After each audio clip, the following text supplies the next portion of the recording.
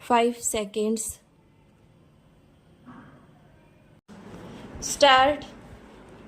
महोदय, जो यह बजट प्रस्तुत हुआ है वह देश का एक ऐसा नया चित्र उपस्थित करता है जो चित्र उम्मीद का है, आशा का है, सफलता का है।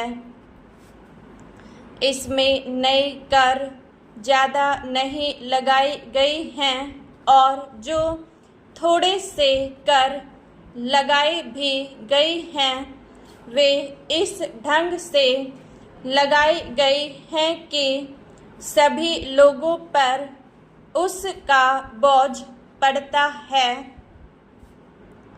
इससे भी उनको निराशा हुई है।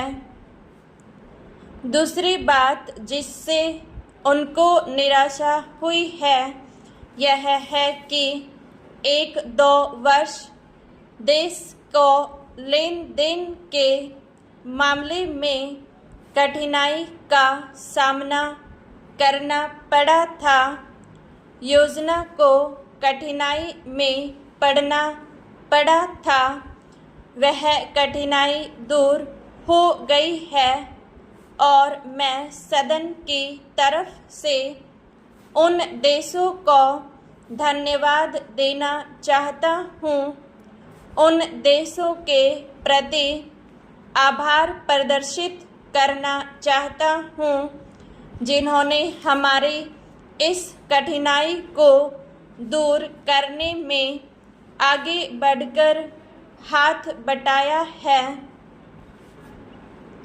मेरे मित्रों को इससे निराशा हुई है कि विदेशी सहायता बहुत ज़्यादा और तेज़ी से पहुंच रही है और हमारी जो कठिनाई दूर हो गई है इससे उनको परेशानी हुई।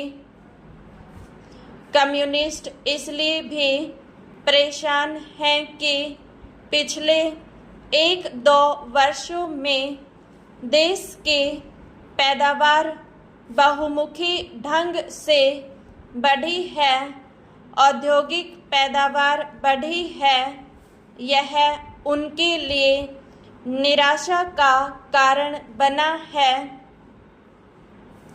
उनकी निराशा इसलिए भी बढ़ी है कि उनका मालिक, उनका मित्र हमारे देश की सीमा पर जब फौज लेकर खड़ा है और जब देश पर खतरा है तो क्यों देश की आर्थिक हालत, क्यों देश की वित्तीय हालत तथा दूसरी हालत इतनी अच्छी हुई है